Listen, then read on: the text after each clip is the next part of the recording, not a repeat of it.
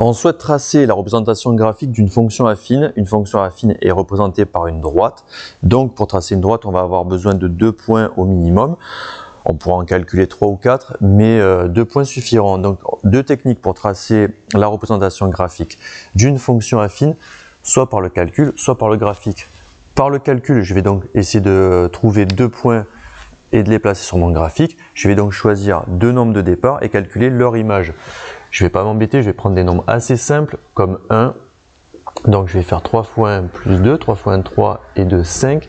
Et je vais prendre par exemple 2 comme nombre de départ. 3 fois 2 6 plus 2 8. J'obtiens donc 2 points parce que j'ai mon nombre de départ, mon nombre d'arrivée, j'ai mon abscisse, j'ai mon ordonnée. Voici mon premier point, voici mon second. Je les place, 1, 5, je vais à 1 en abscisse, je monte juste 1, 2, 3, 4, 5 en ordonnée. Premier point, 2, 8, je vais me placer à 2 et je vais monter jusqu'à 5, 6, 7, 8. Voici mon deuxième point, je relie ces 2 points et je trace la droite. Donc ça c'est par le calcul. Par le graphique, il faut bien se souvenir que le coefficient directeur représente l'inclinaison de la droite et il est modélisé par un escalier. Mon ordonnée à l'origine indique la position de ma droite sur l'axe des ordonnées. Donc je vais commencer par celui-ci, plus 2. La position de ma droite sur l'axe des ordonnées sera de 2.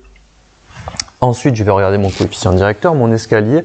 Un escalier, c'est une hauteur et une profondeur. Il me manque la profondeur. Il me faut donc 2 instructions. Je peux mettre ce nombre en fraction en rajoutant sur 1, puisque 3 divisé par 1 fait bien 3. J'ai donc ma hauteur 3, ma profondeur 1. À partir de ce point, je vais faire mon escalier. Ma hauteur 3, 1, 2, 3. Ma profondeur 1.